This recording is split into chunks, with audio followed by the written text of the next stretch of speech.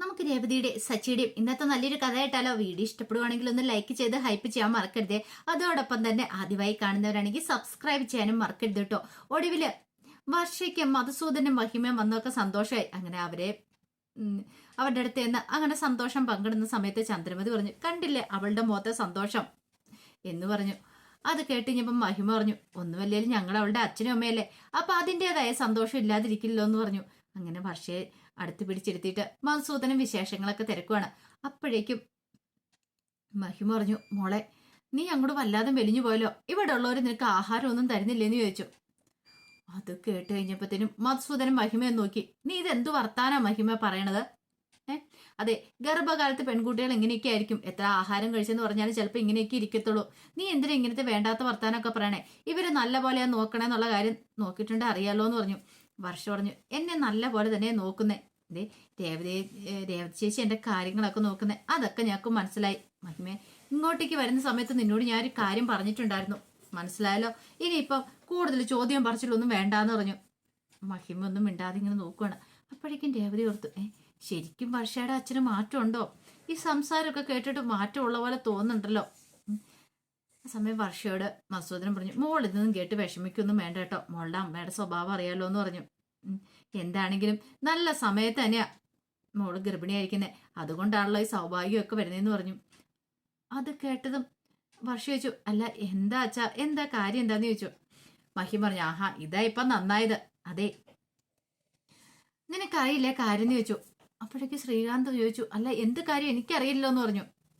അതോ നിങ്ങൾ രണ്ടും കൂടെ റെസ്റ്റോറൻറ്റ് തുടങ്ങാനായിട്ട് പോകുമല്ലേന്ന് ചോദിച്ചു. പുതിയ റെസ്റ്റോറൻറ്റ്. അത് കേട്ടപ്പോൾ ശ്രീകാന്ത് പറഞ്ഞു, തുടങ്ങണമെന്ന് ആഗ്രഹം ഉണ്ടായിരുന്നു, അതിന് കുറച്ച് എമൗണ്ട് ആകും അമ്മേ, അതുകൊണ്ട് ഞങ്ങൾ എന്തായാലും ഇപ്പം അത് വേണ്ടാന്ന് വെച്ചെന്ന് പറഞ്ഞു. അപ്പോഴേക്കും മധുസൂദൻ എഴുന്നേറ്റിട്ട് മഹിമയോട് പറഞ്ഞു, അതിങ്ങോട്ട് താ മഹിമയെന്ന് പറഞ്ഞു. അങ്ങനെ മഹിമ എഴുന്നേറ്റിട്ട് ഒരു ചെക്ക് അങ്ങോട്ട് കൊടുക്കുകയാണ്. ചെക്ക് വാങ്ങിക്കഴിഞ്ഞിട്ട് മധുസൂദന് ശ്രീകാന്തിനോട് പറഞ്ഞു, മോനെ ഇത് 20 ലക്ഷത്തിന്റെ ചെക്ക, ഇത് വാങ്ങിക്കാൻ പറഞ്ഞു. ഒരു നിമിഷം രവീന്ദ്രനും രേവതിയൊക്കെ പരസ്പരം നോക്കി.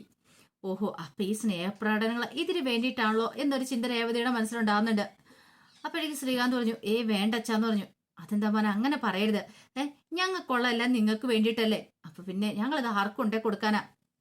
ആ സമയം ശ്രീകാന്ത് പറഞ്ഞു, വേണ്ടാന്ന് പറഞ്ഞു. രവീന്ദ്രൻ പറഞ്ഞു, അവന് സ്വന്തമായിട്ട് അധ്വാനിച്ച് റെസ്റ്റോറൻറ്റ് തുടങ്ങണമെന്നാണ്, അതാണ് അവൻ ക്യാഷ് വേണ്ടാന്ന് പറയണത്. അത് കേട്ടതും ചന്ദ്രമതി പറഞ്ഞു, അത് വാങ്ങിക്കാതിരിക്കേണ്ട കാര്യമൊന്നുമില്ല ശ്രീകാന്തെ, നീ അത് വാങ്ങിച്ചോ, നല്ലൊരു കാര്യമല്ലേന്ന് ചോദിച്ചു. ചന്ദ്രമതിക്ക് അത് കണ്ടു കഴിഞ്ഞപ്പത്തിന് കണ്ണ് മഞ്ഞളിച്ചു പോയി. പക്ഷെ ശ്രീകാന്ത് പറഞ്ഞു വേണ്ടാന്ന് പറഞ്ഞു. അത് കേട്ടതും ഒരു നിമിഷം ആലോചിച്ചിട്ട് വർഷം പറഞ്ഞു, എനിക്ക് വേണോ വെച്ചാ, കാരണം ശ്രീകാന്ത് സ്വന്തമായിട്ട് അധ്വാനിച്ച് ഇനിയിപ്പോൾ ഒരു റെസ്റ്റോറൻറ്റ് തുടങ്ങാന്ന് പറഞ്ഞാൽ അത് എത്ര പെട്ടെന്ന് നടക്കുന്ന കാര്യമൊന്നുമല്ല. അച്ഛൻ ഇങ്ങോട്ട് അന്നേരം ഞാൻ വാങ്ങിച്ചോളാന്ന് പറഞ്ഞു, അല്ലാതെ ഇനി മുന്നോട്ട് പോയിട്ട് കാര്യമൊന്നുമില്ല എന്ന് പറഞ്ഞു. അപ്പോഴേക്കും മധുസൂദനൻ പറഞ്ഞു, 20 ലക്ഷം രൂപ ഇത് ഉള്ളൂ, 20 ലക്ഷത്തിന്റെ ചെക്ക, ഇനി എത്ര വേണമെന്ന് പറഞ്ഞാൽ മതി, തരാന്നൊക്കെ പറഞ്ഞു. അങ്ങനെ വർഷ ആ ചെക്ക് വാങ്ങി. ശ്രീകാന്തിന്റെ മുഖമൊക്കെ ആകെപ്പട വല്ലാതെയായിപ്പോയി. രവീന്ദ്രൻ എന്ത് ചെയ്യണമെന്ന് അറിയത്തില്ല. ചന്ദ്രമതിക്ക് ഭയങ്കര സന്തോഷമായി. ചന്ദ്രമതി പറഞ്ഞു, അന്യരുടെ കയ്യിൽ നിന്നും അല്ലോ വാങ്ങിയത്, വർഷയുടെ അച്ഛനും അമ്മയില്ലെന്ന് ചന്ദ്രമതിയും പറഞ്ഞു. പിന്നീട് മഹിം പറഞ്ഞു, എങ്കിൽ നമുക്ക് ഇറങ്ങിയാലോ മധുവേട്ടാന്ന് ചോദിച്ചു. പോവാനോ, ഒരു കാര്യം ചെയ്യാം, നമുക്ക് ഇന്നിവിടെ നിന്നിട്ട് പോവാന്ന് പറഞ്ഞു. നിൽക്കാനായിട്ടാ? മഹിമയ്ക്ക് ഒട്ടും ഇഷ്ടമില്ല ഇതുപോലത്തെ ഒരു വീട്ടിൽ നിൽക്കാന്ന് പറഞ്ഞിട്ടുണ്ടെങ്കിൽ. അത് കേട്ടപ്പോൾ ചന്ദ്രമതി പറഞ്ഞു, ഞാൻ അങ്ങോട്ട് പറയാൻ വേണ്ടി ഇരിക്കുമായിരുന്നു, ഇന്നൊരു ദിവസം നിന്നിട്ട് മോളോടൊപ്പം നിന്നിട്ട് നാളെ പോയാൽ മതിയെന്ന്. മഹിമ പറഞ്ഞു, അത് വേണോ മധുവേട്ട, ഒരു കാര്യം ചെയ്യാം, നമുക്ക് വർഷം അങ്ങോട്ട് കൂട്ടിക്കൊണ്ട് പോയല്ലെന്ന് ചോദിച്ചു. അവിടെ ആകുമ്പോൾ 1-2 ദിവസം താമസിച്ചിട്ട് വന്നാൽ മതിയല്ലോ. ഒരു നിമിഷം മധുസൂദനൻ ആലോചിച്ചിട്ട് പറഞ്ഞു, അത് ശരിയാ, അത് നല്ല കാര്യമാണ്. അപ്പോഴേക്കും വർഷം ആലോചിച്ച് എന്താ ചെയ്യേണ്ടതെന്ന്. ഇവിടെ നിന്നിട്ടുണ്ടെങ്കിൽ ചിലപ്പോൾ സച്ചേട്ടൻ വന്നു കഴിയുമ്പോൾ തൻ്റെ അച്ഛനും സച്ചേട്ടനും തമ്മിൽ 1-2 പറഞ്ഞ് അങ്ങോട്ടും ഇങ്ങോട്ടും വഴക്കുണ്ടാവും. അതിനേക്കാളും ഭേദം താൻ അവിടേക്ക് തന്നെ പോന്ന, കുറച്ച് ദിവസം നിന്നിട്ട് വരാലോ. വർഷ പറഞ്ഞു, ശരി ഞാൻ ഓക്കെ ആന്ന് പറഞ്ഞു. ശ്രീകാന്തിനോട് പറഞ്ഞു, ശ്രീകാന്തെ എന്നാ ഞാൻ അച്ഛൻ്റെ അമ്മയോടും കൂടെ പോട്ടേന്ന് ചോദിച്ചു. രേവതി ചോദിച്ചു, അത് വേണോന്ന് ചോദിച്ചു. ശ്രീകാന്ത് പറഞ്ഞു, അല്ല ഇപ്പം നീ പോണ വർഷേന്ന് ചോദിച്ചു. അപ്പോഴേക്കും മധുസൂദൻ ചോദിച്ചു, അതെന്താ ശ്രീകാന്തേന്ന് ചോദിച്ചു. രേവതി പറഞ്ഞു, അല്ല അവളിവിടെ നിൽക്കട്ടെ കുറച്ച് ദിവസം. അപ്പോഴേക്കും രവീന്ദ്രൻ പറഞ്ഞു, മോളെ രേവതി, എനിക്കറിയാം അവൾ പോയി കഴിയുമ്പോൾ നിനക്ക് വിഷമാവുന്ന, അവളെ പിരിഞ്ഞിരിക്കാനുള്ള ബുദ്ധിമുട്ടുണ്ടല്ല നീ അവളോട് പോവണ്ടെന്ന് പറഞ്ഞത്, അവൾ കുറച്ച് ദിവസം പോയി നിന്നിട്ട് വരട്ടെ എന്ന് പറഞ്ഞു. അവളുടെ അച്ഛൻ്റെ അമ്മയുടെ അടുത്തേക്കല്ലേ പോകുന്നതെന്ന് ചോദിച്ചു. അത് കേട്ട് ഇനിയിപ്പോൾ രേവതിക്കും വല്ലാത്തൊരു ബുദ്ധിമുട്ടായി. പെട്ടെന്ന് സന്തോഷത്തോടുകൂടി വർഷം അകത്തേക്ക് കയറി ഓടിപ്പോയി, ഞാൻ ഡ്രസ്സ് മാറ്റിയിട്ട് വരാമെന്നും പറഞ്ഞുകൊണ്ട് മധുസൂദനും മഹിമയും നിൽക്കുന്ന സമയത്ത് രവീന്ദ്രൻ അകത്തേക്ക് അങ്ങോട്ട് കയറിപ്പോ. രവീന്ദ്രൻ നല്ല ടെൻഷൻ ഉണ്ടായിരുന്നു. ഈ വരവിന്റെ ഉദ്ദേശം ഇനിയിപ്പം ഇവരെ ഇവിടെ നിന്ന് അടർത്തി മാറ്റാനാണോന്ന്. ശ്രീകാന്ത് വർഷ പോയ പിന്നാലെ അങ്ങോട്ട് പോയി. രേവതി ആലോചിച്ചു, ഒരു പക്ഷേ വർഷയുടെ മനസ്സിൽ എന്താണെന്ന് അറിയത്തില്ല.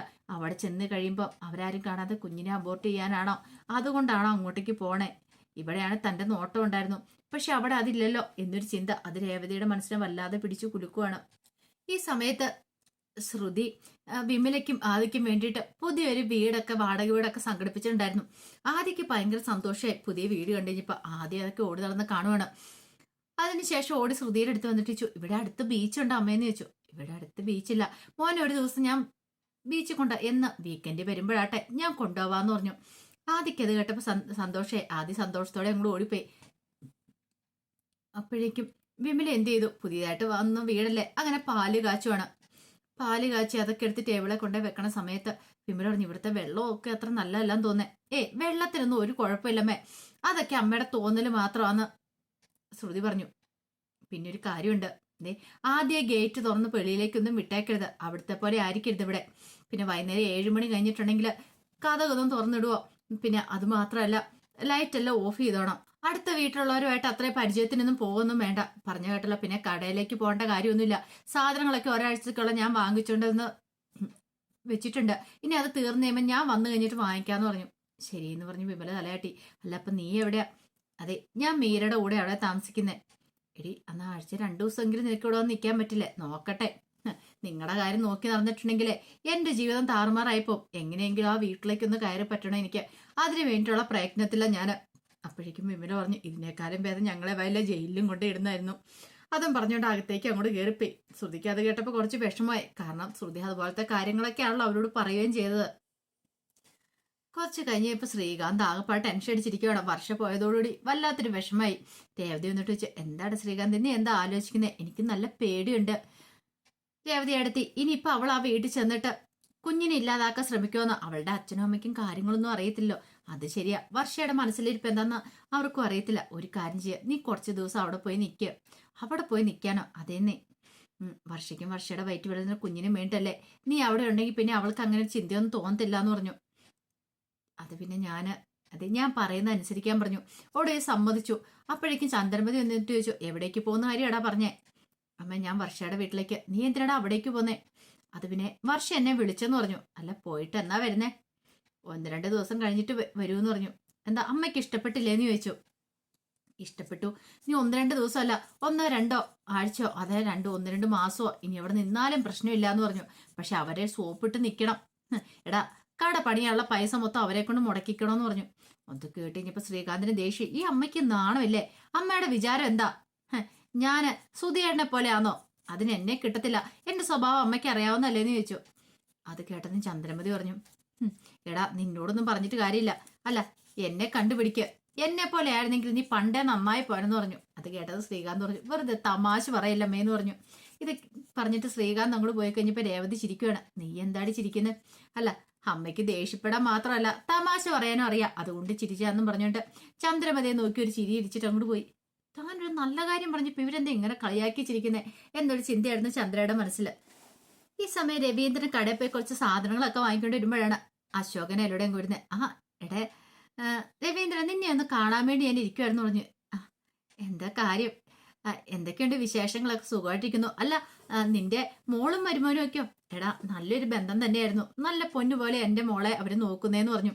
പിന്നെ ഇടയ്ക്ക് എന്നെ കാണാനായിട്ട് ആ ബീരം വന്നിട്ടുണ്ടായിരുന്നു പറഞ്ഞു. എന്നിട്ട് അയാൾ കാര്യങ്ങളൊക്കെ പറഞ്ഞു. ശരിക്കും പറഞ്ഞാൽ ശ്രുതിയൊക്കെ കാല് പിടിച്ച് അപേക്ഷിച്ചിട്ടാണ് അങ്ങനെ ഒരു കാര്യം അഭിനയിക്കാൻ നിന്നേന്ന്. അയാൾക്ക് താല്പര്യമൊന്നും ഉണ്ടായിരുന്നില്ല ആരെയും ചതിക്കാനായിട്ട്. അയാൾക്ക് സിനിമയിലൊക്കെ അഭിനയിക്കണമെന്ന് ഭയങ്കര ആഗ്രഹമായിരുന്നു. അപ്പൊ അങ്ങനെയൊക്കെ ഓഫർ കൊടുത്തിട്ടാണ് അയാൾ കുറെ കാല് പിടിച്ച് ക്ഷമയൊക്കെ ചോദിച്ചെന്ന് പറഞ്ഞു.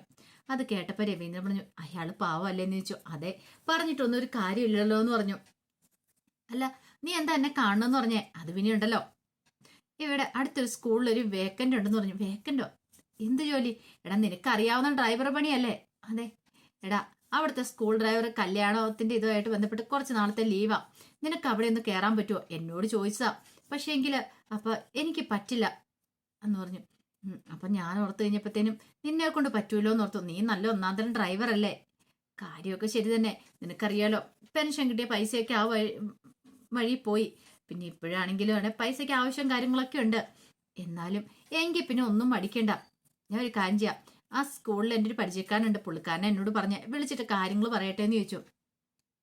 എടാ അതിനകത്തൊരു പ്രശ്നമുണ്ടല്ലോ, സച്ചി സമ്മതിക്കുമെന്ന് തോന്നില്ല. സച്ചിക്ക് ഇത് അറിഞ്ഞു കഴിയുമ്പോൾ എടാ ഇതിന് മാത്രം ബുദ്ധിമുട്ടുള്ള കാര്യമൊന്നും അല്ലല്ലോ. എങ്കിൽ ശരി നീ വിളിക്കാൻ പറഞ്ഞു.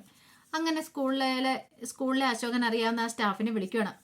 പിന്നീട് അശോകൻ കാര്യങ്ങളൊക്കെ പറയാണ്. എല്ലാം കേട്ട് കഴിഞ്ഞപ്പോഴത്തേനും പറഞ്ഞു ഇത് ശരി എന്ന് പറഞ്ഞു. എടാ ഏത് സ്കൂളാ? അതെ പൂവത്തൂർ UP സ്കൂളാന്ന് പറഞ്ഞു. ശരിയടാ. അങ്ങനെ രവീന്ദ്രന്റെ സന്തോഷമായി. വെറുതെ വീട്ടിലിരുന്ന് മുഷിയുവാണല്ലോ, അപ്പോൾ ഒരു ജോലിക്ക് വാന്ന് പറഞ്ഞാൽ നല്ല കാര്യമാണല്ലോ. പിന്നീട് ശ്രീകാന്ത് വർഷയുടെ വീട്ടിലേക്ക് വരുമ്പോൾ വർഷ ഇങ്ങനെ സ്റ്റെയർ കേസിന്റെ അവിടെ താഴേക്ക് നോക്കി നിൽക്കുന്ന കാഴ്ചയുണ്ട്. ദൈവമേ, ഇവള് താഴേക്ക് ചാടാനെങ്ങാനും ആണോ പ്ലാന്? തന്റെ കുഞ്ഞിനെ ഇല്ലാതാക്കാൻ വേണ്ടിയിട്ട്. പെട്ടെന്ന് ശ്രീകാന്ത് ഓടിച്ചുകൊണ്ട് വർഷയെന്ന് വിളിക്കുകയാണ്. അപ്പോഴേക്കും വർഷം നോക്കിക്കഴിഞ്ഞപ്പോൾ ശ്രീകാന്ത് നീയോ എന്നും പറഞ്ഞിട്ട് വർഷം അങ്ങോട്ട് ഇറങ്ങി വന്നു. നീ എന്ത് ചെയ്യാൻ പോവായിരുന്നു? നീ എന്താ വിചാരിച്ചേ ഞാൻ ഈ മോളിൽ നിന്ന് താഴേക്ക് ചാടുന്നോ? എടാ പൊട്ട, അങ്ങനെ ചാട്ടുണ്ടെങ്കിൽ ഞാൻ മരിക്കില്ലേ? എന്റെ കുഞ്ഞിനെ ഇല്ലാതാക്കാൻ വേണ്ടി ഞാൻ അങ്ങനെ ഒരു പൊട്ടത്തരം കാണിക്കുമെന്ന് ചോദിച്ചു.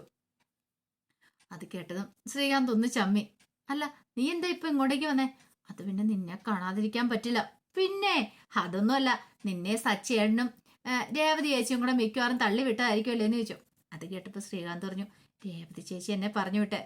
എനിക്ക് മനസ്സിലായി, ഞാൻ കുഞ്ഞിനെ ഇല്ലാതാക്കി കളയോന്ന് ഓർത്തിട്ടല്ലേ നീ ഇപ്പൊ ഇങ്ങോട്ട് വന്നേന്ന് ചോദിച്ചു.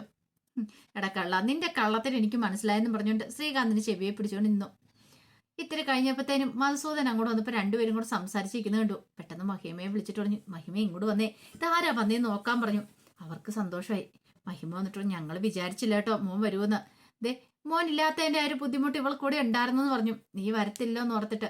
അപ്പോഴേക്കും വർഷം പറഞ്ഞു, ഇവനില്ലാതെ 2 ദിവസം ഞാനിവിടെ നിൽക്കാന്ന് ഓർത്ത് വന്നാ അപ്പോഴിവനെ എന്റെ പിന്നാലെ വന്നിരിക്കുന്നു പറഞ്ഞു. മധുസൂദനും മഹിമയ്ക്ക് ഭയങ്കര സന്തോഷമായിരുന്നു ശ്രീകാന്തിനെ കണ്ടു കഴിഞ്ഞപ്പോൾ. കാരണം അങ്ങനെ സന്തോഷത്തോടുകൂടി ശ്രീകാന്ത് വരുന്നല്ലോ. അപ്പൊ അതിന്റെ കഥകളൊക്കെ ഇന്ന് കാണുന്നത്. ഇതിന്റെ ബാക്കി വിശേഷങ്ങളുമായിട്ട് വൈകുന്നേരത്തെ പ്രമോയി വരാട്ടോ. ഒരിക്കൽ കൂടി എല്ലാവർക്കും ശുഭദിനം നേർന്നുകൊണ്ട് നിർത്തുന്നു.